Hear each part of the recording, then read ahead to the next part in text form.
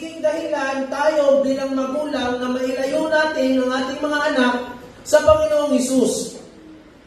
Tandaan natin, bilang isang magulang, wala tayong ibang gusto kundi mailagay at maibigay ang pinakamabuti sa mga anak natin. Tama po ba, mga nanay? Tandaan natin, yung gusto mo para sa anak mo ay masigit pa at mas maganda pa at mas perpekto pa ang gusto ng Diyos para sa anak mo. Kailangan natin, obligasyon ng magulang na dalhin ang kanilang mga anak sa Panginoong Hesus. Dalhin natin ating mga anak sa Panginoong Hesus. Itungkol po ito sa kalooban ng nag-iisang Diyos na bubukod tangi, na nag-alay, nagbuhis na kanyang buhay ng ating Panginoong Hesukristo. Amen po ba? Amen.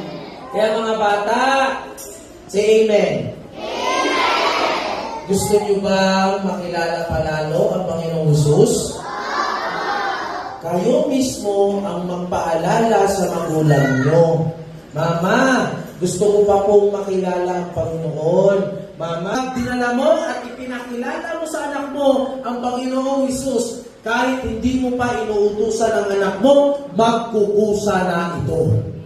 Palakpakan natin ang Panginoong Hesus. Okay? So, walang iba ang makakapagbigay ng maganda at perpektong kinabukasan ng mga anak natin, kundi ang Panginoong Hesukristo lamang. Palakpakan natin si Jesus.